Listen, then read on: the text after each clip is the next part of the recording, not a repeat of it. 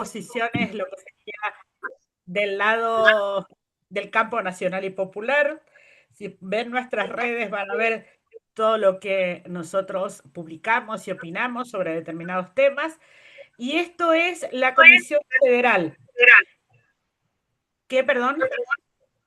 La No, está Comisión haciendo Federal rebote, es vamos a una mutearlos. comisión, perdón, Está rebotando, te digo. Vamos a silenciar a todos. bueno, dale, Seguí. listo, silenciemos.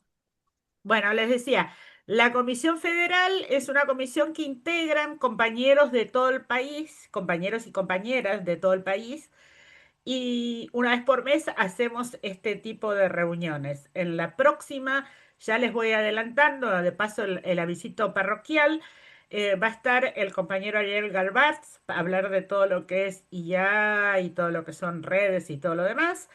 Y después, el 16 de octubre, víspera del 17, va a estar el compañero Germán Martínez, jefe de bloque de Unión por la Patria, y vamos a hablar de política, ¿sí? Bueno, Eh, por supuesto, están todos más que invitados, todos y todas más que invitados. Em, y esta reunión surgió porque cuando se produjo el Ni Una Menos y esa marcha tan importante, estábamos en la Comisión Federal precisamente organizando la agenda para las actividades y la compañera Hanna planteó que em, había que hacer algo sobre políticas de género y nos pareció bárbaro. Y después charlando en el grupo de políticas de género del llamamiento, la compañera Leonor propuso darnos una charla y a mí me pareció que era la persona indicada para estos viernes que tenemos de charla y de reflexión y de intercambio y de todo lo demás. Porque al margen de que yo la quiera mucho, la compañera Leonor es una persona brillante que sabe muchísimo sobre el tema, así que Yo es voy a querer abogada, escuchar, los voy a querer escuchar a ustedes cuando termine. Muchas gracias. No, no, no, te van a amar igual que yo. Así que Bueno, bueno, es abogada, es consultora internacional, es especialista en temas de género, así que me pareció que estaba bueno que ella viniera y participara. Así que bueno, sin más, los dejo en compañía de Leonor, así no perdemos más tiempo. Yo bueno, por ahí me retiro un ratito antes, pero queda eh, Agus, así que bueno. tipo 8 y piquito me retiraré, pero queda Agus y después de que la exposición de la compañera Leonor, como siempre está abierto el debate, acuérdense que son 2 minutos por persona para no acaparar todo. ¿Está? Listo, Leonor. Bueno, Adelante. lo que antes de empezar, les quiero decir que yo quiero compartir con ustedes un PowerPoint, porque así porque si no me voy a ir por las ramas y no voy a terminar de darles un panorama general, porque me voy a quedar hablando de las civilizaciones precolombinas y las mujeres bolivianas que siempre manejaron el dinero en las ferias desde épocas inmemoriales y cosas por el estilo.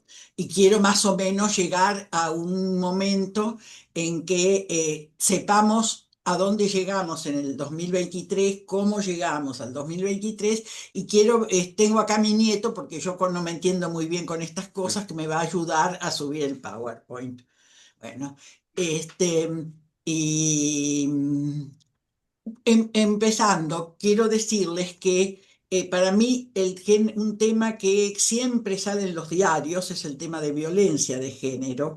Y para entender qué pasa con la violencia de género y por qué es tan, pero tan difícil controlarla o hacerla disminuir, tendríamos que remontarnos a la visión de que todas las sociedades y las organizaciones sociales y las estructuras de toda la civilización siempre colocaron a la mujer en un lugar de subordinación. Hablamos de las religiones, hablamos de las sociedades, hablamos de las legislaciones más modernas y tenemos que aprender a tener mucho cuidado porque muchas veces nos dicen que tenemos muchos derechos y en realidad no los tenemos, están disfrazados y disimulados. Yo me di cuenta de esto cuando hace muchos años empecé a ejercer la profesión de abogada y empecé a trabajar con mujeres Y ahí descubrí que eso de que todos somos iguales ante la ley era un cuento chino, especialmente con respecto a las mujeres. Yo el material los números, las estadísticas que voy a compartir con ustedes son todas originarias de dos documentos. Uno es la Comisión de Control de Naciones Unidas de aplicación en los países que suscribieron la CEDAW, y tenemos el del año 25 sobre Argentina, con lo cual he tomado las cifras de ahí y después de fuentes de la Suprema Corte de Justicia o todas, digamos, confiables dentro de lo que puede ser confiable, y además de un informe hecho por Human Rights donde, que también tomó del Comité de Control de Aplicación de la CEDAW. Y después lo que veo y conozco todos los días. Así que voy a subir el PowerPoint y ahora pido ayuda. ¿Qué hago, Eduardo? Es así. Vale, compartir pantalla, Exactamente. iniciar compartir. Bien. Y ahora desde acá puedes manipular, te puedes ver de acá y bueno, Y lo voy bajando por acá. sí, Así. exactamente. Bueno, como les dije, nos vamos a saltear las culturas aborígenes. Pregúntale si se ve bien. ¿Ustedes ven bien? ¿Escuchan bien? Sí, Sí, 10 puntos. 10 puntos. Bueno, a ver Sí, cómo. se escucha muy bien, perfecto. Bueno, yo quiero decirles Sí, que escuchamos bien. en todas las sociedades, absolutamente, pasaba que las mujeres tenemos menos derechos.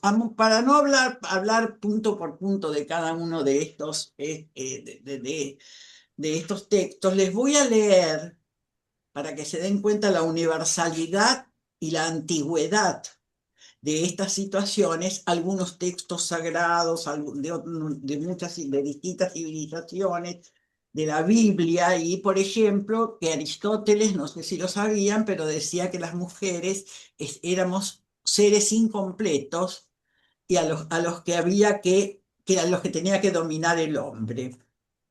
Schopenhauer, a fines del 1800, decía que las mujeres somos animales de cabellos largos e ideas cortas. Pero ahora les voy a leer algo de unos textos sagrados, que como un texto sagrado del Levítico, capítulo 17, versión 3, dice: un hombre vale 50 ciclos de plata y una mujer vale 30 ciclos de plata. Esto me adelanto y me salto hacia adelante. Cuando yo empecé a investigar seriamente esta temática, allá por 1980, 1980 y pico, encontré que, según los informes de la OIT, en esa época las mujeres ganábamos por el mismo trabajo el 30% menos que los hombres. ¿Saben cuánto es hoy en día? El 27%. Así que eso de que hemos recorrido un largo camino y que tenemos muchos derechos, muchas veces encubre una realidad en que las cosas no son así. Eso puede tener múltiples explicaciones. La distribución del trabajo y de los trabajos de cuidado, que recién fueron puestos en valor con la reforma del Código Civil en 2015, y, y un poco también aquella idea de que las mujeres estamos para la casa, la iglesia y los hijos. Y es ahí como se empieza a generar este tipo de situaciones que son tomadas como naturales, tan naturales que hoy en día OIT habla de 27, 25% según qué países sean. Bueno, no consiento que la mujer enseñe al marido, sino que se mantenga en silencio. Epístola de Timoteo. Zaratustra decía que debe adorar al hombre como a la divinidad. 9 veces por la mañana, de pie ante su marido, con los brazos cruzados, debe repetirle: ¿qué quiere, Señor mío, que haga? Las leyes de Manú decían: durante su infancia una mujer debe depender de su padre, durante su juventud depende de su marido. Si ha muerto su marido, de sus hijos. Si no tiene hijos, de los parientes de su marido, y en su defecto de los de su propio padre. Si no tiene parientes paternos ni maternos, del soberano. Una mujer no debe nunca gobernarse a sí misma. Bueno, voy a saltarme algunos. Catón decía, el marido es el juez de su mujer, su poder no tiene límites, puede lo que quiere. Si ha cometido alguna falta, la castiga. Si ha bebido vino, la condena. Si ha tenido comercio con otro hombre, la mata. Más modernamente, un proverbio chino dice, una esposa es como un caballito alquilado. Lo monto y lo golpeo. Un proverbio japonés, corregid a vuestra mujer desde el primer día. Una copla española, cuando yo tenga 100 pesitinias, compre unas tierras, 7 vaquiñas y una mujer, y con esos animales, ¿qué más puedo apetecer? Bueno, y como esto hay mucho, pero mucho más, en los tangos hablan mucho de eso, la cultura popular, este, eh, sin ninguna duda. Y eso es muy importante porque sí, hace que se naturalice la violencia contra las mujeres. Ahora voy a pasar directamente a cuando en la legislación argentina, heredada de la Revolución de Mayo, heredado de la colonia, era una familia regida por el Concilio de Trento, donde la mujer ocupaba un lugar muy de subordinación. Y cuando se sanciona la Revolución de Mayo no pasa absolutamente nada con eso. Eso no impide que haya habido mujeres que se rebelaban contra eso. Mariquita Sánchez de Thompson, Camila, pero eran casos muy aislados. Mariquita Sánchez de Thompson porque fue la primera en pedirle al virrey que la autorizara a casarse con alguien que su padre no consentía. Y se casó con Thompson. Pero eso no se generalizó ni muchísimo menos, era la excepción y socialmente no era muy bien visto. La Constitución, la primera Constitución, no mejoró en nada la situación de la mujer y no legisló sobre el matrimonio civil. La legislación sobre el matrimonio civil vino varios años después, que debido a la inmigración que comenzó a fines del 1800, fue necesario incorporarla porque si no el único matrimonio válido era el de la Iglesia Católica. Tampoco mejoró en nada y las cosas fueron, la primer ley, a ver si lo tengo por acá, bueno, después paso en detalle, pero la primer ley que en realidad mejoró un poco la situación de la mujer y le reconoció derechos políticos fue la ley del voto femenino. Así que miren el tiempo que transcurrió. Si bien en el año 1926 hubo una ley que decía que las mujeres teníamos la misma capacidad civil que los hombres, no el voto, ¿no? Ese era otro cantar, la misma capacidad civil que el hombre, si éramos solteras, divorciadas o viudas, con la cual la mayor parte de las mujeres adultas quedábamos afuera. ¿Qué quería decir en la práctica que no tenemos la misma capacidad civil? Que no podíamos votar era muy claro. Que la patria potestad era un derecho de los padres con respecto a los hijos, que solo ejercía el padre. Yo no sé qué es tener un derecho que uno no ejerce, y sin embargo la llamaban a la ley de los derechos civiles de la mujer. El marido era el administrador de los bienes de la sociedad conyugal. Durante mucho tiempo las mujeres tenían que pedir permiso para trabajar, las mujeres casadas. Y bueno, cosas por el estilo. Y a ver, vamos a pasar entonces a las políticas públicas y la legislación sobre género y diversidades desde diciembre del 2023 a la fecha. Eso lo veremos después. Yo pensé esta charla como los derechos y la derecha, porque el desmantelamiento de las políticas públicas específicas sobre género dirigidas a mujeres y diversidades sexuales tiene efectos sobre la vida cotidiana de todos nosotros, sobre el bienestar no solo de las mujeres, sino de toda la sociedad y también de las diversidades, y implican un retroceso en derechos y el acceso a los mismos. Eh, a ver, estamos. En el año 95, bueno, no, eso es anterior. En realidad, los derechos de las mujeres se empiezan a mejorar cuando vuelve la democracia después de la dictadura militar, en el año 1983. A ver por dónde lo tengo. Todo lo que buscas en un solo lugar.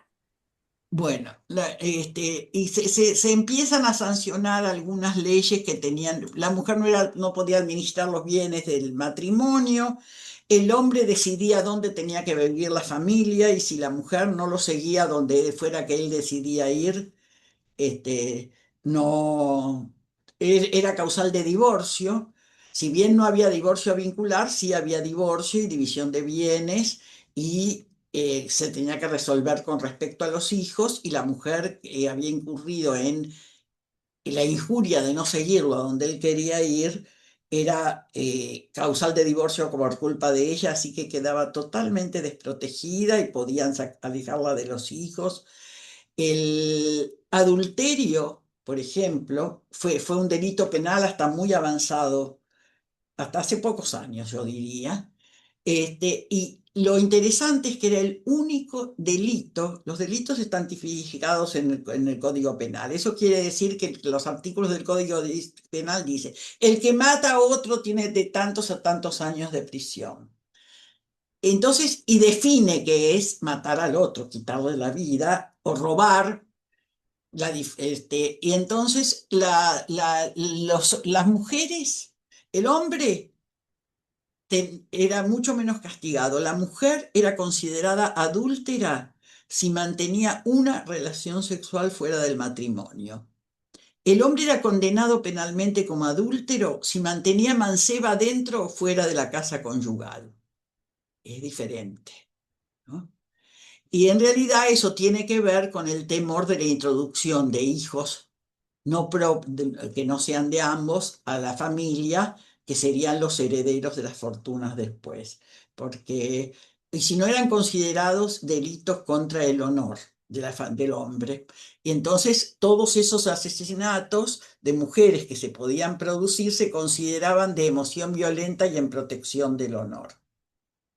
Bueno, a ver por dónde andamos. En el año, cuando comienza la democracia, se sancionan las leyes más importantes en ese sentido. La primera fue la ley de patria potestad y filiación. ¿Por qué era importante esta ley? Esta ley estableció que la patria potestad era un derecho de ambos padres y ambos padres tenían el derecho al ejercicio. Eh, Uno puede pensar esto qué importancia tenía. Bueno, supongamos una mujer que había tenido un hijo y el padre había desaparecido, que había tenido un hijo no siendo sin haberse casado y el padre desaparecía. Resulta que lo crió, le pagó la educación, sabe qué le pasa todos los días, pero para cualquier decisión importante respecto a ese chico, la voz de ella no servía, tenía que irle a buscar al padre del chico y si no lo encontraba, lo iba a decidir un juez. Era preferible alguien que no conocía al chico, que no sabía nada de la historia, pero no tener en cuenta la voz de la mujer.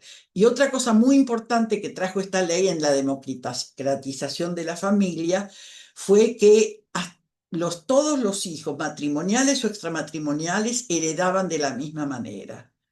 Hasta ese momento, los hijos extramatrimoniales heredaban la mitad.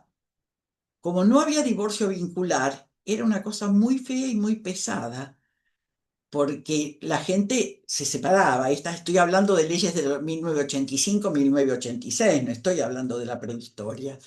Si la gente se separaba, como no tenía título nupcial, formaba nuevas parejas y tenía otros hijos que en vida habían sido tratados exactamente igual que los habidos dentro del matrimonio.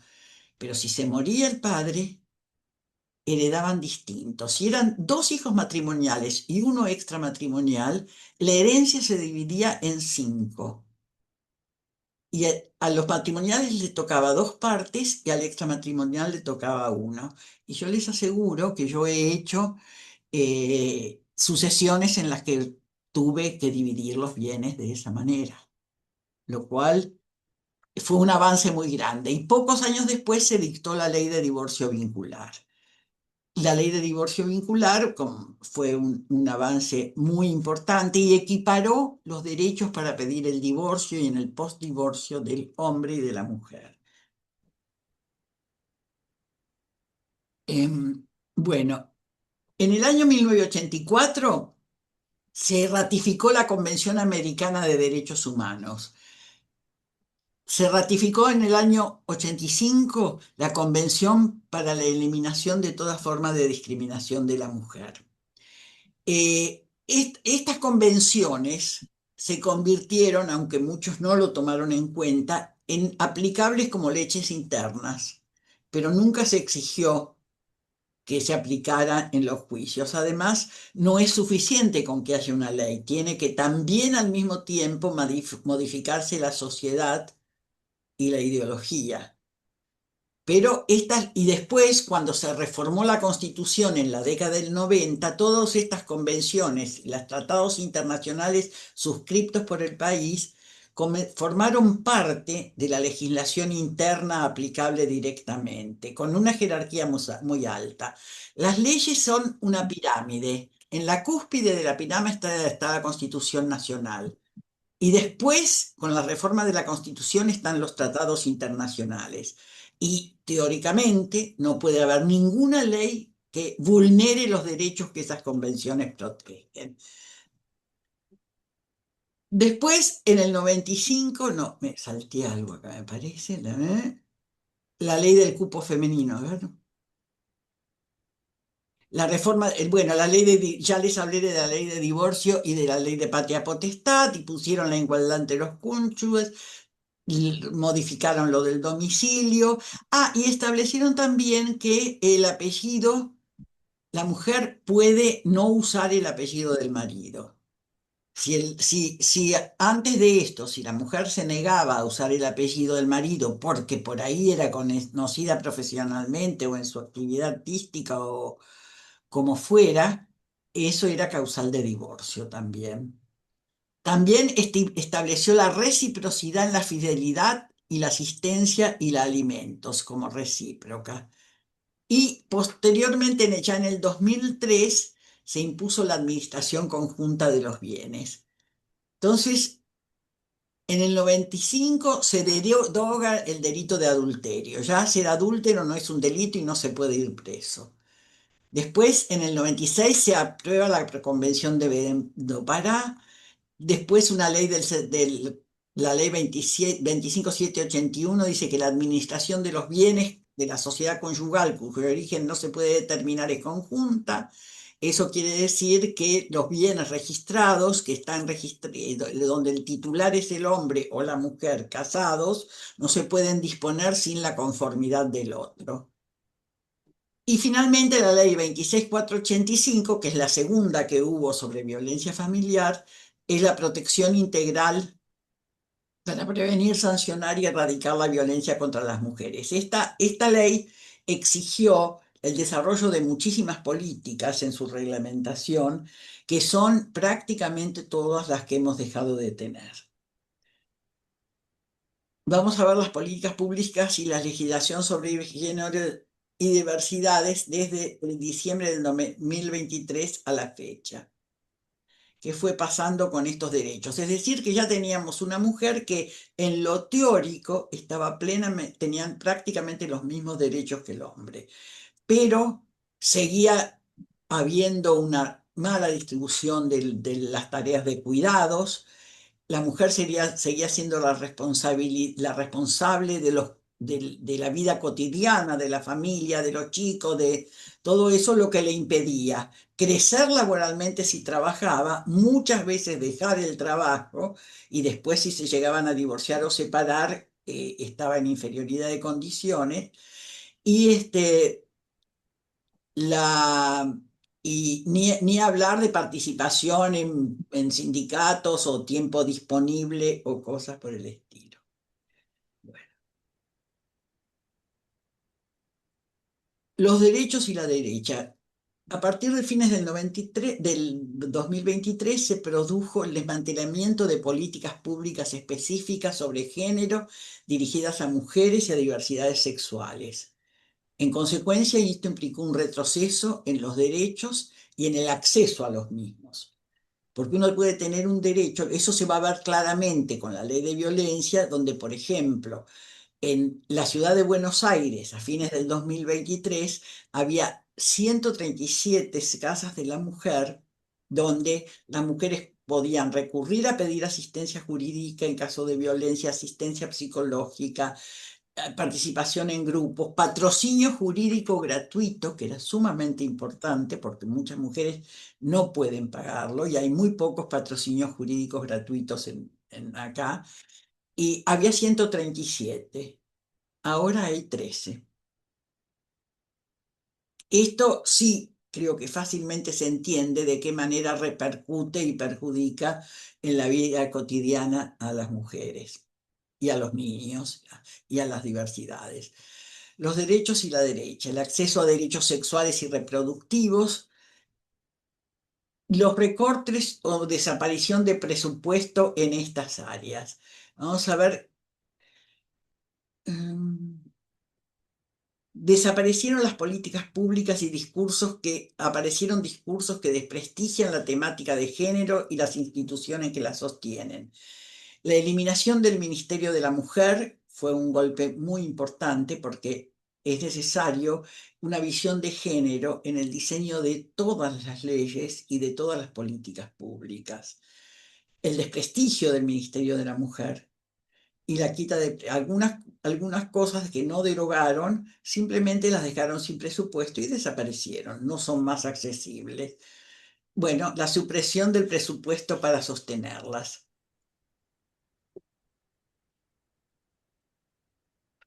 ¿Qué pasó con la actividad, la presencia de las mujeres en la política?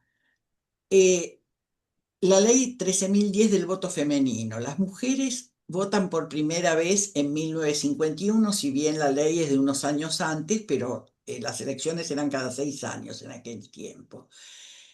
Hasta ese momento, la participación de las mujeres en el Congreso Nacional, y supongo que los provinciales debía ser igual o peor, era del 6,5%.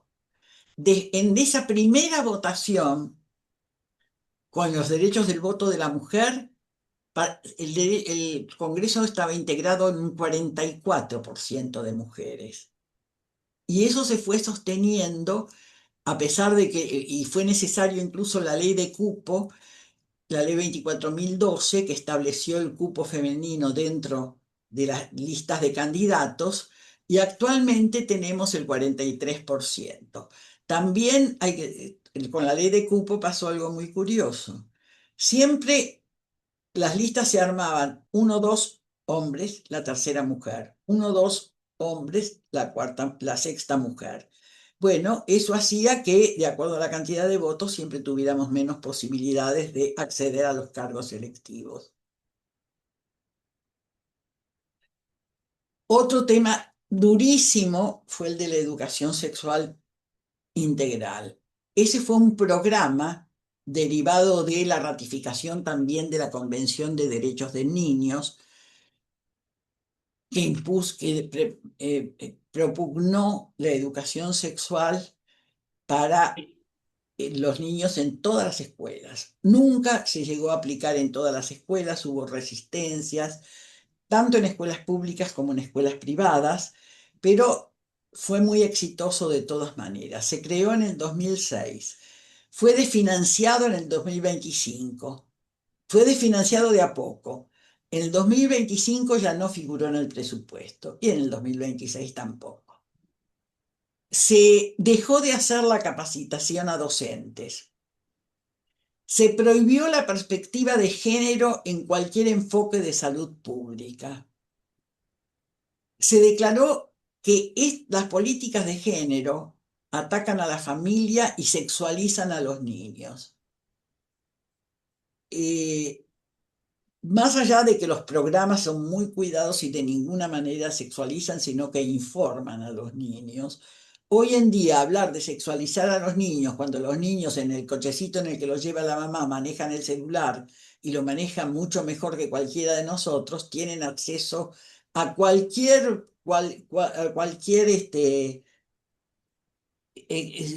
forma de relaciones sexuales que se les puede ocurrir. Con lo cual educarlos y prepararlos para incluso cuando se enfrentan con situaciones de ese tipo es muy saludable, todo lo contrario. ¿Qué pasó con el embarazo adolescente? La educación sexual integral también promovió la distribución gratuita no solo de preservativos, sino también de la medicación para la prevención de los embarazos. Y entre el 2018 y el 2024 los embarazos adolescentes disminuyeron en un 50%. En realidad, la mayor parte de los embarazos adolescentes son producto de violaciones que no se describen como tal porque los niños jóvenes no tienen capacidad para tomar decisiones de si quedar embarazado o no quedar embarazado o seguir adelante con ese embarazo. Y además es traumático, les corta el desarrollo de la vida a las chicas. Muy pocas pueden seguir estudiando después de tener un primer hijo, aunque tengan 14 años, aunque tengan 15 años, y se disminuyó en un 50%. Pero en el 2024 se rediseñó el programa y se despidió a agentes que actuaban en provincia a 619. Prácticamente eso no está cifrado, sino que está vaciado. No se puede llevar adelante sin capacitadores y sin educadores el programa de capacitación a maestros, por ejemplo. Se redujo al 43% los insumos programados. Se redujo al 0,9% la distribución de preservativos. Ustedes se dan cuenta de las proporciones de las que hablamos, ¿no? En el año 2025 no se distribuyeron ya ni preservativos ni pastillas para evitar los embarazos y se redujo en un 80% todo el presupuesto para este plan hasta que finalmente desapareció del presupuesto, con lo cual no hay más educación sexual integral. Y ya había sido muy difícil la lucha, porque incluso antes del cambio de gobierno, si mal no recuerdo, en Salta, se había reimpuesto la educación religiosa en los colegios y se había desaparecido la capacitación para los maestros en ESI y para los niños y niñas de recibir esa información. Bueno, la ley del aborto, de todas maneras, habíamos adquirido muchos más derechos que los que teníamos y la clarificación de las situaciones con el ESI y la lucha de las mujeres, la ola verde, logró la sanción del aborto legal.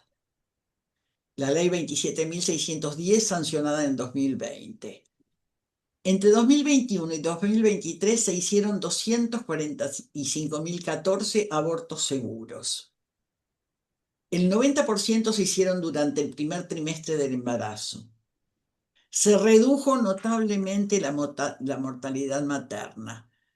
Sin embargo, tenemos cada vez campañas más fuertes. Yo quiero decirles que durante el gobierno de Menem, cuando se reformó la Constitución, estaba el tema de la salud reproductiva y él, en el medio del camino, cuando ya estaban los constituyentes reunidos, introdujo los derechos del niño por nacer. En ese momento, quienes ya trabajábamos en el tema, comenzamos a reunirnos y a organizar una campaña de defensa de las mujeres para que no se impidiera el aborto y trabajamos mucho con los legisladores para que no se incorporaran los derechos del niño por nacer, porque el niño por nacer no tiene ningún derecho. Tanto no tiene derechos que si cuando nace no tiene un minuto de respiración autónoma, no se considera que era un niño, con lo cual no hereda, no forma parte de la familia. Pero sin embargo, persiguen y dicen que es el niño por nacer. Bueno, se desalentó actualmente con trámites innecesarios y técnicas variadas a las mujeres y especialmente niñas que necesitaban acceder a un aborto seguro. Seguramente muchos de ustedes han escuchado y visto las campañas indirectas que se hacen en algunos lugares, ¿no? En distintos hospitales, en provincias y también en Cava y en el Gran Buenos Aires, este, en hospitales donde empiezan a demorar, las rodean. Yo recuerdo un caso, no me acuerdo dónde era exactamente, pero que una señora había ido con su hija de 13 años, violada y embarazada, y le dijeron que bueno, que la tenían que dejar porque tenían que esperar 2 días, y se armó una movida para que esta niña tuviera esa criatura. ¿Y tú? Rodeaban el hospital con velas rezando día y noche. Le ofrecían todo lo que necesitaba durante el embarazo, todo el dinero que necesitaba, le llevaban muñecos tamaño bebé, le hablaban permanentemente, se permitía el acceso de militantes en ese sentido, de religiosos también en ese sentido, y se los estigmatizaba. Actualmente el tema está muy complicado porque la obligación es que todos los médicos pueden ser objetores de conciencia y no hacer un aborto, pero en todos los servicios tiene que haber un médico que sí esté dispuesto a hacerlo. Fueron muy estigmatizados e incluso tuvieron que cambiar de hospital porque no podían seguir trabajando en esas condiciones. Eh, Todo eso tiene que ver con que los derechos no solo tienen que estar consagrados en las leyes, sino que tienen que ser transmitidos a la sociedad. Bueno, vamos a seguir porque si no se me va a ir el tiempo y no me van a poder preguntar qué es lo más interesante. Vamos a violencia. Bueno, las leyes de violencia requirieron un gran trabajo. Yo recuerdo cuando las primeras veces que con la gente con la que yo empecé a trabajar esta temática, que fue categorizada como una problemática que necesitaba un abordaje interdisciplinario, en un encuentro de mujeres del mundo en Copenhague en el año 79. Yo tuve la suerte de conocer una psicóloga, Cristina Vila, que había estado allí, a la que yo conocía, y que además tenía que haber un abordaje interdisciplinario, que no era suficiente con un tema legal, justamente por la forma como se construye el sometimiento de la mujer y la aceptación de la violencia. Porque la violencia en la pareja no se presenta como de repente un día hay un trato medianamente civilizado entre ambos y el tipo se enloquece y le empieza a partir una silla por la cabeza. No, empieza muy de a poco. Y eso es lo que hace a veces muy difícil que las mujeres denuncien, y cuando denuncian se preguntan, ¿y por qué no lo hizo antes? Porque no pudo, porque todo empieza con descalificación. No, cállate que vos no sabés nada, y después un empujón, y, y después ya un primer golpe o la rotura de objetos que quiere o cosas por el estilo. Y no es un desconocido que si de repente en la calle hace alguna de esas cosas, inmediatamente se sienten con derecho a denunciarlo. Además, es el hombre que eligieron, el hombre con el que tal vez tuvieron hijos, y dicen, no, está la fantasía de que va a cambiar, de que va a mejorar, porque además la violencia establecida en las parejas recorre lo que se llama el círculo de la violencia, donde hay una explosión de violencia. Inmediatamente después, en la mayor parte de los casos, no en todos, el pedido de perdón y arrepentimiento, y comienza un periodo de luna de miel. Irma Roy, me acuerdo allá lejos y hace tiempo, que nos decía, siempre hay que buscar uno que tenga mucha plata, porque ese, después de un episodio de violencia, te lleva de viaje o te regala un brillante. Y el otro, con suerte, te trae una florcita, porque y entonces empieza el periodo de luna de miel, y pero no dura. Entonces empiezan a crear climas de tensión por cualquier cosa, porque la soda no estaba fría, porque, bueno, no sé, seguramente ahora ya con los tiempos modernos, porque puso una clave en el celular, bueno, por cualquier cosa, y se produce nuevamente la explosión. Y lo peor de todo es que esas explosiones son cada vez más frecuentes y los periodos de luna de miel cada vez menores. Yo he atendido, y no hace mucho tiempo, mujeres que me decían, bueno, pero después de todo, ¿cómo voy a denunciar por violencia si nunca tuve que ir al hospital? Y bueno, ese es el imaginario. Esa es la construcción social del sometimiento. Bueno, sigamos. Se eliminaron programas como apoyo urgente frente a violencias extremas por violencia de género.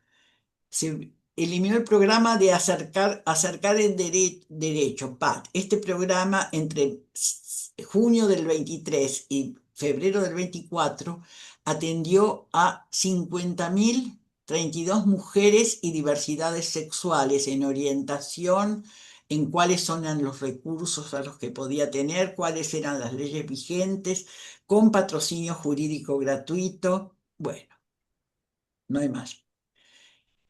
La línea 144, esa línea comenzó allá por el 86, el 87, y llegó a ser realmente un recurso muy, muy importante porque se atiende esa línea, o se atendía los 365 días del año, las 24 horas.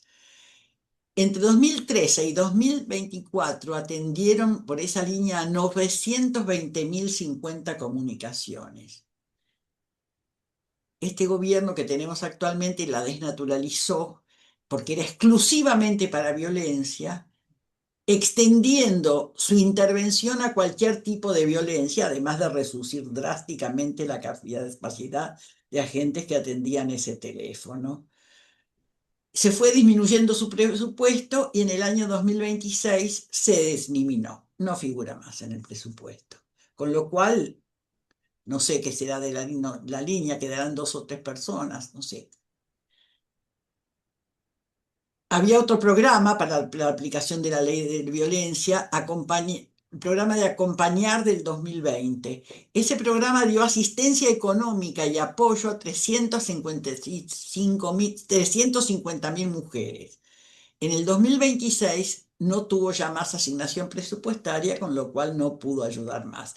¿Qué consistía básicamente? Consistía en que las mujeres que sufrían violencia y no tenían ningún recurso y ningún lugar a donde ir, se les daba un apoyo económico durante un tiempo para que se pudieran alojar en alguna parte y capacitación para algún trabajo. Después, las jornadas Educar en Igualdad destinadas a la prevención de la violencia doméstica, la violencia de género, fue eliminada en el 2025. Esto tiene que ver también con la ley Micaela, que a raíz de una desaparición estableció la necesidad de que se capacitara en género a todos los agentes públicos. Desde el principio, siempre nos fue muy difícil lograr que a las capacitaciones, a las jornadas, a los congresos, a los encuentros, asistiera gente del Poder Judicial. Y cuanto más alto era el rango que tenían hasta llegar a jueces, se contaban con los dedos de una mano los que participaban. Yo, como en muchas otras cosas, tuve muchas diferencias con la aplicación de la ley Micaela, porque la ley Micaela obligaba a una capacitación. Y eso no sirve, porque se va perdiendo con el tiempo. Las capacitaciones, los programas tienen que tener las capacitaciones y la continuidad para ver si se aplicaron o no se aplicaron, hay que reforzar capacitación en algún área. Es decir, hay que mantenerlo activo, porque si no, se vuelve a la facilidad de la situación anterior. Bueno, fue eliminada en el 2025. En la ciudad autónoma, bueno, ya les hablé de las comunas. Participación en la vida política y pública. Esto es información de la Corte Suprema de Justicia de la Nación de cuántas mujeres se trabajan en el Poder Judicial. Las mujeres ocupan el 31% de los cargos de magistrados en la justicia nacional y federal. Sin embargo, la Corte desde hace muchos años está compuesta por 3 hombres y ninguna mujer. Y bueno, las últimas que integraron la Corte Suprema fueron Carmen Argibay y Ujú, Elena Hayton de Nolasco, que ujú. trabajaron muchísimo en la aplicación y el cumplimiento de las leyes de violencia. Crearon la oficina de violencia. Carmen Argibay creó la oficina de violencia de género que trabaja en el Poder Judicial y depende del Poder Judicial, que hace la recepción de las denuncias por equipos interdisciplinarios. Eso depende del Poder Judicial y todavía está. Es una oficina que funciona en la calle Lavalle entre Libertad y Talcahuano. Las mujeres pueden ir y son recibidas. Es un instrumento muy importante. Por eso todos los instrumentos y los agentes que trabajan en esta temática son muy valiosos. Cada uno que no está más no se repone haciendo así con los dedos. Hay que tener una capacitación, un compromiso, una experiencia. Y bueno, y esa oficina lo que hace es recibir y las personas son entrevistadas. Las mujeres y los niños. Los niños no declaran si la madre, porque a veces son los niños los golpeados, aunque cuando un niño es testigo de violencia en su casa, si se le hacen los test correspondientes, da el mismo resultado que si ellos hubieran sido golpeados directamente.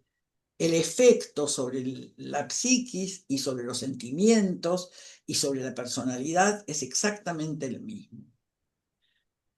Eh, bueno, y esa oficina lo que hace atienden trabajadores sociales, psicólogos y abogados. Son entrevistas largas, lleva mucho tiempo, a veces hay que esperar 8 o 10 horas porque hay mucha gente y muy poca gente que recibe, pero es un trabajo excelente porque le dan un informe al juez con la evaluación de riesgo de esa situación y el juez no tiene, la reciben, inmediatamente la pasan al juez y como máximo en 24 horas el juez resuelve si es necesario darle alguna protección o no. Bueno, esperemos que eso siga perdurando porque es un recurso muy importante.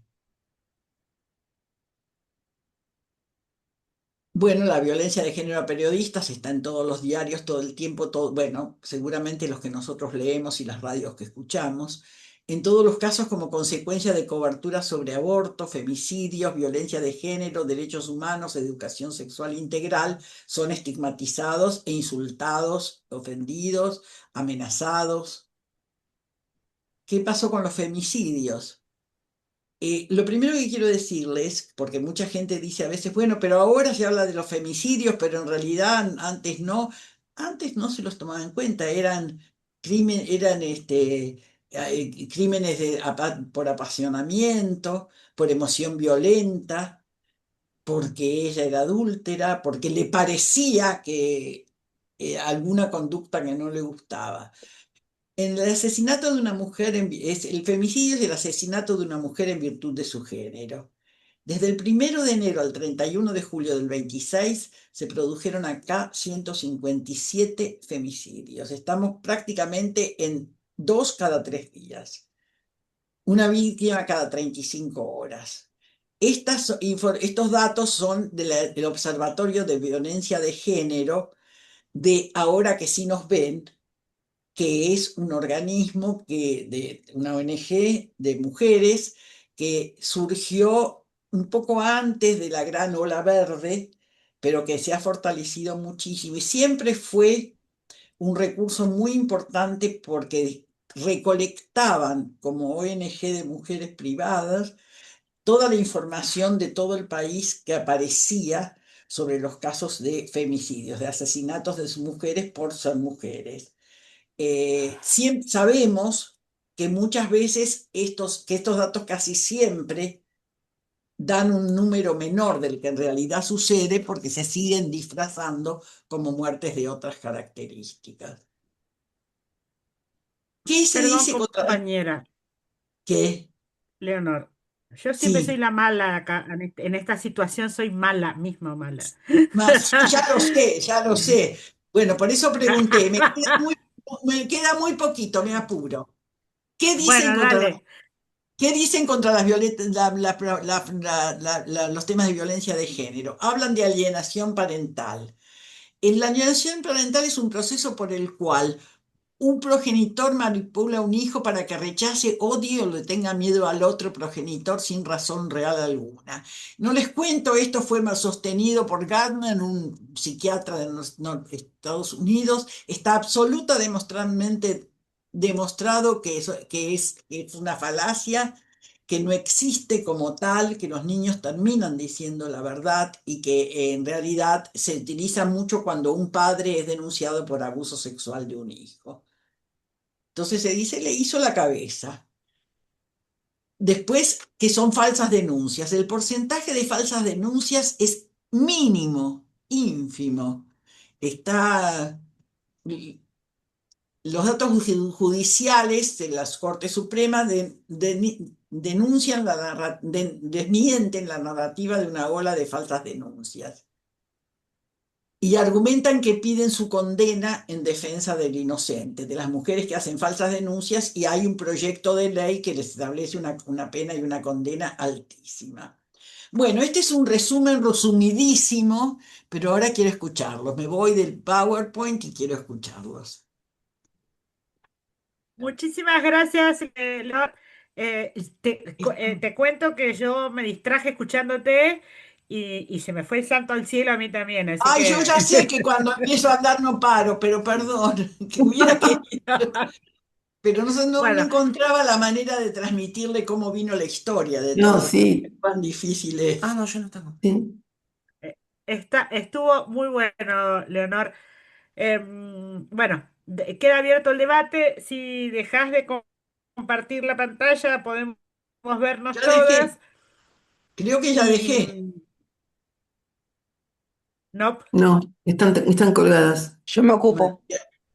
¿Vos te podés dale, ocupar? dale, ahí dijo Agus, que es la genia, eso. Bueno, Bueno, dale, queda abierto el Agus siempre me debate. salva. Agus siempre me salva. Queda abierto el debate. Perdón, yo no puedo Y levantar la los mano, escuchamos no en la encuentro segunda. dónde es. Bueno, no ¿Qué querés? importa, te Perdón, perdón. escuchamos.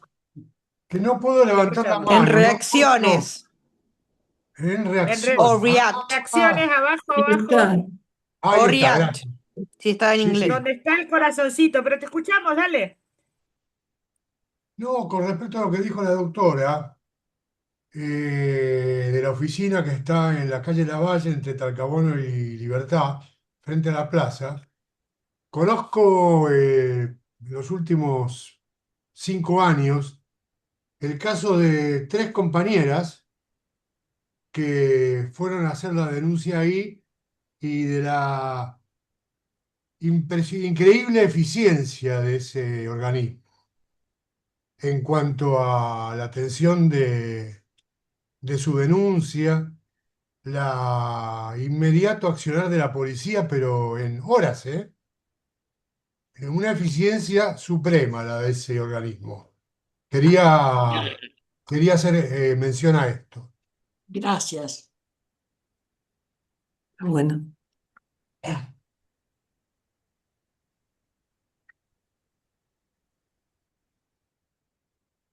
Bueno, sí, sí, sí. Nadie. no, bueno, yo eh, si puedo decir algo. perdón, acá veo, perdón, no dije nada, no dije nada. Entonces, estamos Hanna, Claudia y Guillermo. ¿Bajaste la mano, Guillermo? Bueno, entonces Hanna y Claudia. Bueno, yo en realidad creo que hay una parte enmarcada dentro de lo que ocurre en la sociedad con las derechas, desde la ultraderecha hasta la ultraderecha y la derecha, digamos, con todas sus variaciones de grises o negros. Yo creo que realmente está enmarcado en eso, en esta época, pero no coincido con Leonor en el sentido que no hubo avance. Sí creo que hubo avances, solo que la batalla cultural, en la medida que la gane la derecha, tampoco vamos a avanzar nosotras y nosotros, tomándonos todos juntos. O sea, la batalla cultural incluye especialmente y específicamente lo que es políticas de género. De hecho, durante el gobierno ahora del energúmeno que tenemos, nosotros vimos cómo aumentan las cifras de manera casi vergonzosa al destruir gran parte de la estructura que habíamos construido. Pero así como la habíamos construido, los procesos no son lineales, se puede volver a construir, la vamos a volver a construir, o serán las que nos siguen, así como Leonor está desde los 80 luchando y muchos de los derechos que tenemos hoy, aplicados parcialmente, digamos, claro que cuesta vidas. Yo creo que sí hemos avanzado, sobre todo en la conciencia de las mujeres, de algunos derechos que tenemos. Hay otros derechos que no forman parte de nuestra cultura aún, que hacen a esta soberanía cultural de la que disponen al eliminar del presupuesto, al eliminar una secretaría, al eliminar personas que se dedican a esto, al eliminar la ESI, los problemas para un aborto cuando lo judicializan, en fin, cantidad de cosas. Coincido con Leonor que estuviste brillante, tal como me imaginaba, por tu conocimiento y tu práctica, de verdad. Es porque me querés. Eso aparte te quiero, pero de verdad sabes un montonazo y muchas cosas no conocemos. Lo que no está dándose en el mundo, que resulta que los que tienden más a la ultraderecha son los hombres. Y hay porcentajes ya en las elecciones de distintos países, Sí. incluyéndonos, y en Estados Unidos, te lo había comentado, creo, Leonor, que Sí. siempre anda rondando ahora la idea de que como que habría que sacarnos incluso el derecho al sufragio porque votamos menos a la ultraderecha que los hombres. Pero acá también en la última elección hubo un mayor porcentaje de mujeres que votaron en contra.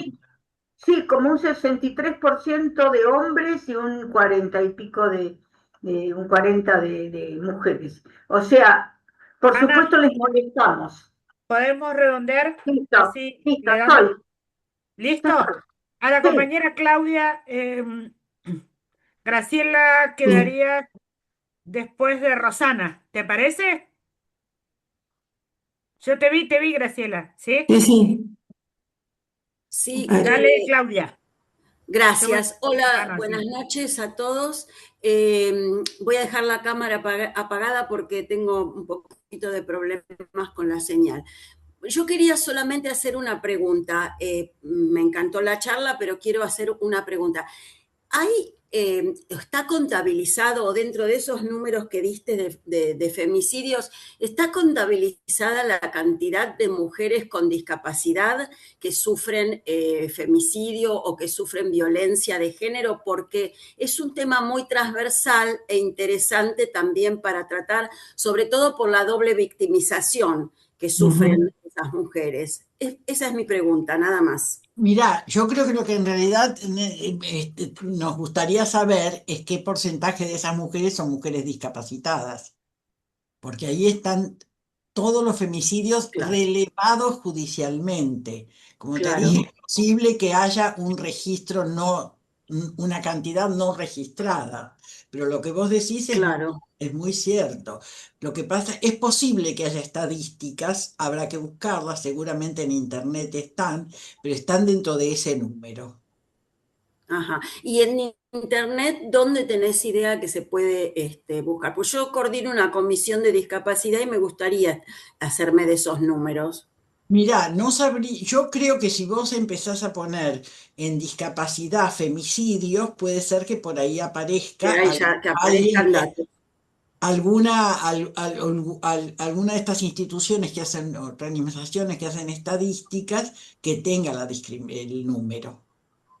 Perfecto, muchas gracias. No, por favor, lamento no poder ayudarte más. Guillermo, gente, yo me voy a tener que retirar me voy a tener que retirar, así que gracias, Leonor, por todo. No, por Eh, favor. Gracias a vos hermoso. por la ayuda y bueno, te vas, pero te vamos a extrañar. ¿Qué va a ser? Y queda a cargo Agustina. Guillermo, te toca a vos. Genial, muchas gracias. Excelente la exposición y a mí me quedó una duda. Cuando Leonor plantea el tema de la ESI, como esta es una reunión federal, quizás hay información que es solamente para Cava o provincia de Buenos Aires, pero en mi provincia se sigue dictando ESI sin ningún problema. Obviamente que hay resistencias en los colegios religiosos, pero no sé, capaz que yo estoy desactualizado, pero mis nietas están recibiendo ESI en primaria y secundaria, en inicial, primaria y secundaria. Bueno, Pero no sé, la pregunta es esa, si son datos de capital o son datos no, nacionales. son datos nacionales, son datos nacionales. Lo que pasa es que puede ser que siga habiendo, lo que no se mantiene es la capacitación a los docentes, el Programa Nacional de Capacitación a los Docentes para acomodarlo, pero probablemente en algún lugar eso depende también de quienes estén gobernando o quien esté a cargo de educación y salud y de que los docentes que estén capacitados para hacerlo, pero se está quienes crearon el programa, María Alicia Gutiérrez, Marta Rosenberg, ya no están más. Y con ellos se fue muchísima gente y se fue el presupuesto. Lo poco que quedará, ¿vos de dónde sos? De Río Negro, y bueno, hay capacitación De para Río Negro, sigue habiendo capacitación. Bueno, ojalá dure, ojalá dure. Me alegra mucho que haya todavía algo de eso, porque la verdad que fue uno de los programas más exitosos en esta temática. no me cabe duda. Aparte, lo interesante que es, muy interesante. Eh, bueno, no quiero entrar en detalle porque lo conocen todos. Muchas gracias, Leonel, te felicito por la charla. Muchas gracias, muy amable. Bien, antes de irme, me quedé por dos cosas. Uno, después de la compañera Roxana, le toca a la compañera Graciela Pérez, que ya levantó la mano físicamente, ¿sí? Y después viene Daniel y después Marta. Y yo les quiero presentar a la compañera Roxana, compañera de militancia, docente, una mina aguerrida Acá y estoy. la verdad que muchísimas gracias, de Rosario, Rosarina, Rosarigacina como yo. Así que te quiero, Roxana. Bienvenida, Roxana. Bienvenida. Gracias, gracias. Bueno, bueno, ya me presentó Silvia. Soy maestra de educación especial, trabajo en discapacidad y trabajo en primarias nocturnas. En educación, yo puedo decir que, bueno, hay un protocolo acá en Santa Fe cuando se detecta alguna violencia a nivel de los niños, porque priorizamos acá los niños, que no sean vulnerables, y Roxana, se activa el Tenemos protocolo. problema con tu Ya, señal. sí. Roxana, ¿me escuchás? Quizás si te Sí. apagas la cámara se te escuche mejor. Bueno, ahora apago la cámara. A ver. ¿Ahora? ¿Me escuchan mejor? Sí, mejor. Gracias. Bueno, estamos un poquito lejos, pues. No, les decía que acá tenemos en Santa Fe un protocolo cuando a nivel educativo, cuando hay niños o niñas en riesgo. eh, Así que hay un sistema de apoyo. No basta, es verdad, no basta. A mí me gustaría saber hoy en día si hay por fuera de lo educativo, si hay algo establecido que una persona puede hacer para que si hay violencia, ya que el 144 no te atiende nadie, pueda ir. ¿Se entiende? Sí, mira, si es por niños hay que ir directamente a la Defensoría de Menores dentro del esquema del Poder Judicial y ellos orientan la Sí. situación. Y, Si es eh, adulto, y mira, y si es adulto, tiene que presentarse a un juez, pero tiene que ir con patrocinio jurídico, si es que no hay una oficina. En muchos lugares hay oficinas que no tienen el mismo nivel de capacitación las personas porque no tienen tantos años como la Oficina de Violencia Doméstica de la Corte, pero el problema es que tiene que ir a un consultorio jurídico gratuito. Y en la medida, si son personas que no tienen recursos, en la medida en que se desfinancien los programas que crearon los centros específicos de asistencia y acompañamiento, porque por la falta de tiempo no hemos tomado LGTBX, tema de discapacitados, que todos están incluidos en esto, pero bueno, tuve que elegir un panorama general y están incluidos en eso. Entonces, si son niños, el defensor de menores interviene y da lugar, pero si no, y son adultos, tiene que buscar un abogado en algún consultorio jurídico gratuito. Los hay siempre en los colegios de abogados. Y ahí se genera, hay muchas sí, veces hay alguna ONG y hacer la denuncia ante cualquier juez de cualquier fuero y de cualquier lugar. El juez tiene la obligación, aunque sea comercial o lo que sea, de tomar la medida precautoria de prohibición de contacto, de evitar el riesgo y después sigue adelante el juicio. está. Bueno, muchas gracias. No, por Dejo favor. que otros participen. Gracias, gracias. Bueno, Gra, ¿estás por ahí? Sí, estoy por acá. Dale Bueno, nomás. primero me hablo, ¿sí? Me toca a mí. Bueno, primero estoy muy contenta de ver la cantidad de compañeras y compañeros por este tema, sobre todo compañeros que son muy necesarios para también ayudar. Yo soy profesora de inglés, que no, yo hace 15 años me jubilé, pero tuve en secundaria situaciones que donde los varones del staff se enteraban de lo que pasaban, pero no ayudaban boicoteaban el tratamiento que Leonor está proponiendo, ¿no es cierto? Porque se lavaban las manos, y eran alumnas, y eran menores de 15. Y eso es muy doloroso, porque yo tuve también anteriormente otras adolescentes que estaban solas, las compañeras la ayudaban. Era una cosa, tenía una familia que no ayudaba y hasta la hacía trabajar a una pibita que estaba embarazada y que levantara cosas pesadas, por ejemplo. Y cómo tuve que recurrir a una instancia que había en la ciudad, que era el Minadol, el, el Niños y Niñas y Adolescentes. Había una gestión acá donde había psicólogos y qué sé yo que intervenían, iban a la escuela a hablar con los alumnos, todos los alumnos del curso, no solamente la persona que estaba sufriendo. Pero hemos visto mucho de esas cosas. Y lo otro que quería decir es que estoy muy contenta de que haya tantos varones en el público. Gracias. Gracias, Leonor. Ya nos conocemos de género, ¿te acordás? Sí, claro que me acuerdo. Siempre me acuerdo de vos, sí. Bueno, muchas gracias. Bueno, a ver si veo alguna mano más. Mi tablet está medio tildada. Y la mía no te cuento. Ah, Daniel, dale, vas vos. Bueno, No te podía ver. yo creo que sería muy importante para nosotros que somos miembros del llamamiento que la doctora Leonor, eh, para que no lo busquemos en internet, ¿no?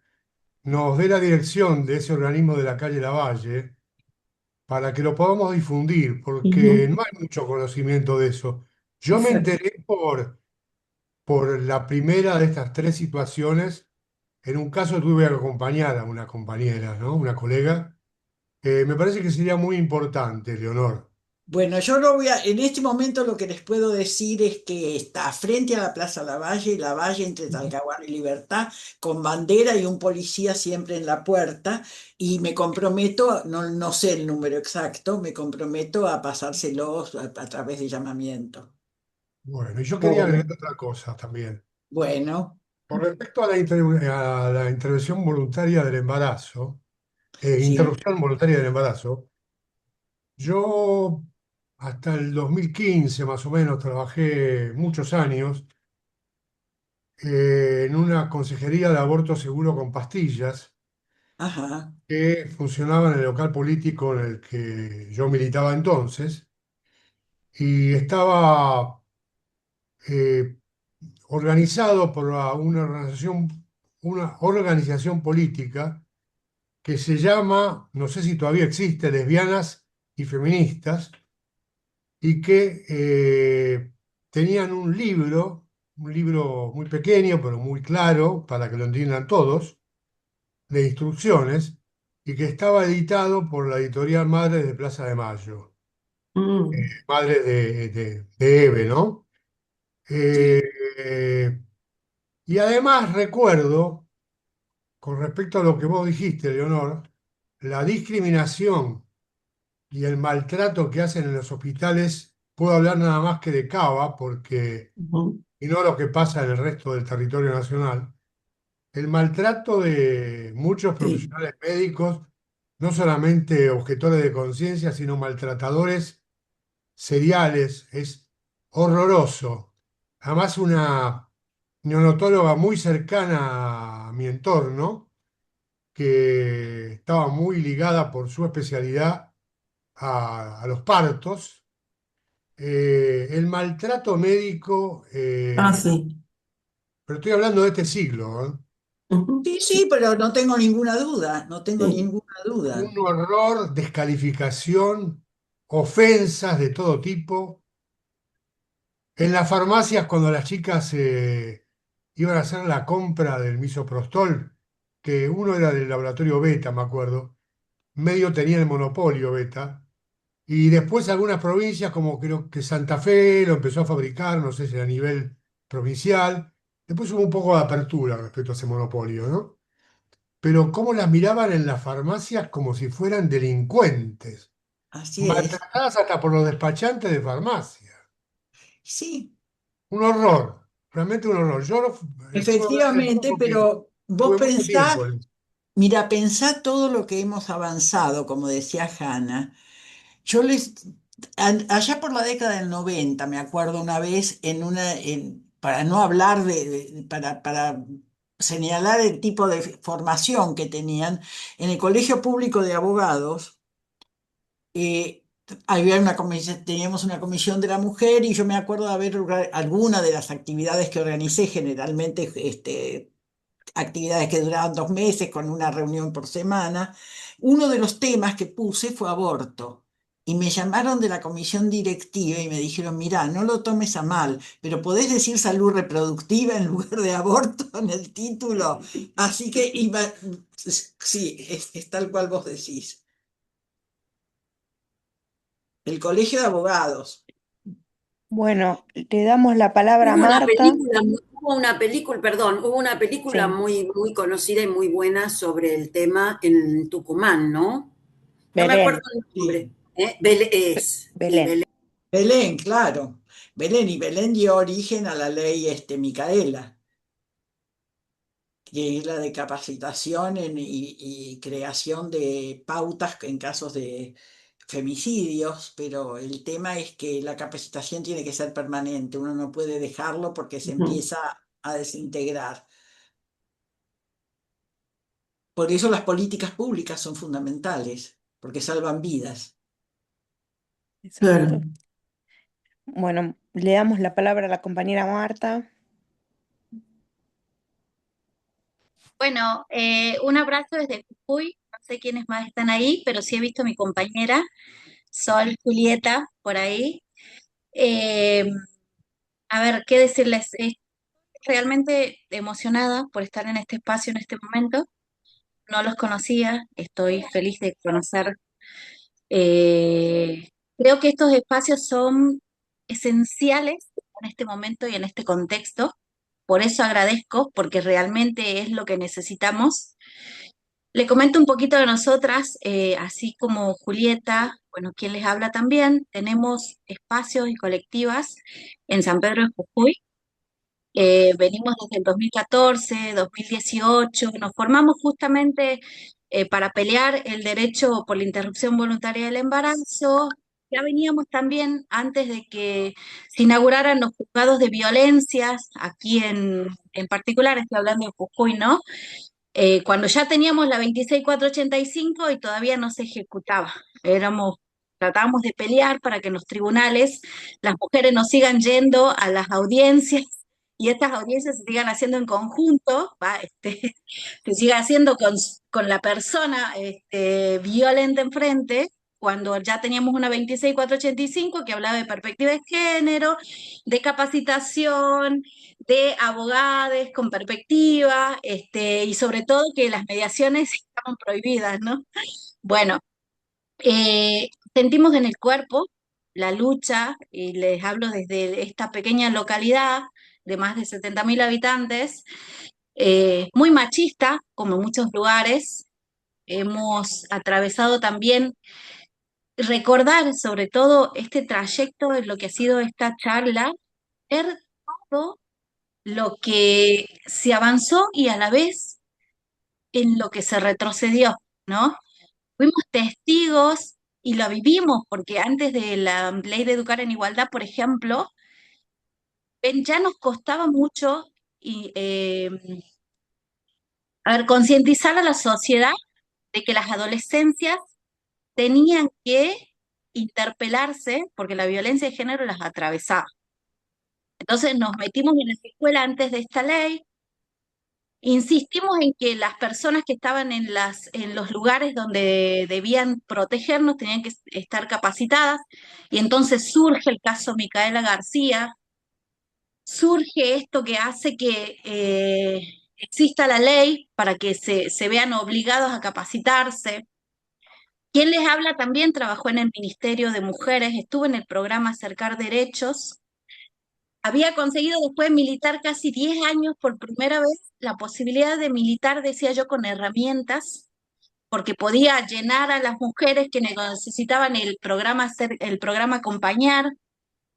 ¿Y saben lo que hacíamos? Articulábamos con las fiscalías, porque hacíamos informes, articulábamos con desarrollo humano, porque tratamos de conseguir viviendas también, o que lo acompañen en otras situaciones de vulnerabilidad. Articulábamos con la universidad para que esas mujeres que recibían el acompañar pudieran recibir una capacitación. Era un programa que de alguna forma no solo las acompañaba durante esos 6 meses económicamente para poder salir de esa situación de vulnerabilidad económica y adquirir nuevamente su autonomía, sino también de capacitarse y tener un proyecto de vida. O sea, ver desaparecer eso, porque a mí, en junio, me acuerdo del 2024, o 2023 me parece que era, yo perdí un poco de lo enojada que estuve, se me notificó por mail que ya no iba a seguir trabajando. Ni siquiera se me pagó ese último, ese último mes, imagínense, después de habernos hecho rebotar por Capital Humano, luego por el Ministerio de Seguridad, que nos ninguneó de forma. Se los digo así porque nos duele, nos ha dolido. Siento que este gobierno ha legitimado tanto el discurso de odio, que veo y tratamos de ver otras situaciones que se van dando. Por ejemplo, en los juzgados, yo soy abogada, les comento. Antes de ser abogada era militante. Por eso creamos el espacio y de forma voluntaria seguimos acompañando y tratando de acompañar a compañeras que siguen estando ahí. Lo que le quiero decir es que si bien nos ha dolido, hemos puesto el cuerpo, lo seguimos poniendo y estamos dispuestas a seguir firmes. Nos duelen los retrocesos porque realmente se han dado de tal forma y en todo el país, han generado muchos retrocesos y muchas vulneraciones. Hoy en día no se trata solo de proyectos que están tratando de criminalizar a las mujeres que quieren denunciar violencia, sino de los mismos varones que se presentan en la fiscalía y se aprovechan de las herramientas que existen, ¿sí? Les comento, por ejemplo, hoy tengo una persona que estoy defendiendo a una mujer porque fue denunciada por su ex esposo, policía, y la Fiscalía de Género lleva el caso contra ella. Esa es la situación. Si bien hoy tenemos medidas de protección que inmediatamente se dan mediante la solicitud de la Fiscalía o incluso en el ámbito civil, ¿sí? Esas herramientas también fueron aprovechadas por los varones violentos y fueron sistemáticamente, de alguna forma, acompañadas por estos mismos juzgados de violencia, que es lo que justamente criticamos. Muchas personas, las que están ahí, no están capacitadas y van a provocar justamente esos retrocesos. Y esta legitimidad del odio justamente va a hacer que esas mismas herramientas sean utilizadas a favor. ¿Qué es lo que ha pasado? Estas mujeres que denunciaban que conseguían medidas, paralelamente eran denunciadas y teníamos juzgados que sacaban medidas a favor de ellas y sacaban medidas en contra de ellas. ¿Qué es lo que pasa ahora en la Fiscalía? La Sí. Fiscalía de Género están llevando Compa, casos a las Bueno, ¿podemos ir mujeres. cerrando? bueno, pero Sí, quiero decirle algo personal. perdón, bueno, agradecer y decirle que este espacio es genial, que nos acompaña, que nos sirve, que vamos a seguir peleando, que estamos firmes. Y bueno, Bueno, aquí pero nos tienen. quiero decirte algo personal.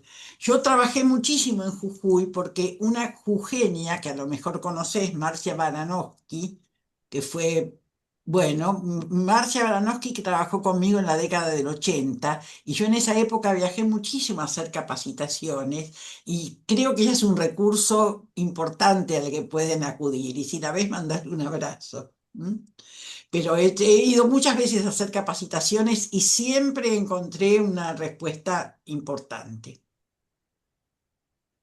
Hace poquito hicieron la capacitación del índice de crianzas, que fue obligatorio para el Poder Judicial, y justamente me acerqué a felicitarle, le dije, sí, sí, porque peleamos todo el tiempo en los juzgados para hacer que esa herramienta se utilice y que hagan esa capacitación y que sea obligatoria para el Poder Judicial, fue para aplaudir. Realmente sí la conozco, Marci, una Bueno, es genia. una gran luchadora y sabe mucho. Bien, Susana, Hola, buenas noches. Bueno, muchas gracias y felicitaciones, Leonor, por la charla, muy, muy interesante y completa. Quería hacer un pequeño aporte que en realidad es una información. Vengo del cooperativismo de salud, pero la Confederación Argentina de Cooperativas, que es Cooperar, tiene nuestro Comité de Equidad de Género de Cooperar.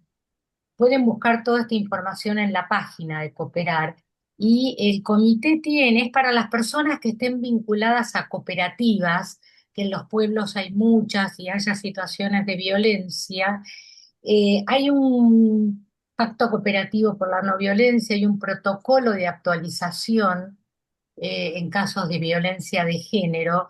O sea que podrían acercarse, si lo necesitaran, a la cooperativa cercana, de la cual posiblemente estén recibiendo servicios públicos y solicitar la intervención y la actuación y el análisis del comité y la aplicación del pacto por la no violencia y, bueno, todo lo que está instrumentado en cooperar. Muchas bueno, gracias. muchas gracias, compañera. Leo, yo pedí la palabra y ya si querés vamos cerrando con mi pregunta. Sé que no, quizás no sos experta, pero también sé que la ley de violencia de género habla de violencia económica. Entonces, hoy que se habla tanto del endeudamiento de las familias, de las mujeres que están sobreendeudadas, quería saber tu comentario, tu opinión, qué pueden hacer las mujeres para salir de esa situación, que también es parte de la violencia, ¿no? Y bueno, Mirá, y ya si querés cerrar. ¿qué pueden hacer las mujeres? La verdad que juntarnos y hablar y tratar de... No, no hay un organismo en este momento de ocupado de eso, pero lo que quiero decirte, y que creo que es importante para los que no lo conocen, que la ley de violencia de género habla de muchísimas formas de violencia. La violencia física, la violencia psicológica, la violencia económica, la violencia institucional, hablando de los médicos o de enfermeras, o este, y fuera de esa enumeración que hace la ley de violencia, eh, hay cualquier otra forma que creo que no puede no estar comprendida en alguno de los grupos que especifica la ley, es violencia, no es necesario que vayan al hospital. El silencio es violencia. Bueno, tipos que de repente deciden hacer silencio y no hablar y no hablar y no hablar como castigo. Y la violencia económica es además muy difundida de maneras muy sencillas a veces y otras muy sofisticadas con la organización del patrimonio de forma tal que las mujeres no tengan acceso ni información. Ahora, ¿qué se puede hacer en este momento? No lo sé. No lo sé, no lo sé. Yo solo sé que sí es muy útil juntarse en todos este tipo de situaciones, especialmente las de violencia. Compartir y escuchar es fundamental. Y muchas veces, cuando no se podía dar patrocinio, apoyo psicológico, sí se coordinaban por psicólogos, grupos de autoayuda y eran maravillosos. Pero, ¿qué se puede hacer en lo concreto? En este momento no lo sé. Bueno, Leo, si querés, ya estamos para cerrar, así que lo que Bueno, yo les quieras. agradezco muchísimo a todos la participación de hombres y mujeres y los aportes todos muy ricos que han hecho. Así que gracias Agus como siempre y espero que nos veamos pronto. Muchas gracias a vos. Gracias, Leonor. Gracias, Gracias, Leonor. Leonor. Bueno, Gracias a todos Leonor. y todas. y Bueno, Excelente saludos a todos. experiencia. Muchas Excelente gracias. experiencia que tenemos que difundir, porque está siendo grabado. Esto hay que difundirlo. Sí. Gracias a todos y a todas y a todes. Abrazo grande, grande, grande. muy Sí, bien. gente, síganos en redes para poder enterarse más novedades. Gracias. Gracias, Leonor. Por Muchas favor, gracias. por favor, realmente un placer.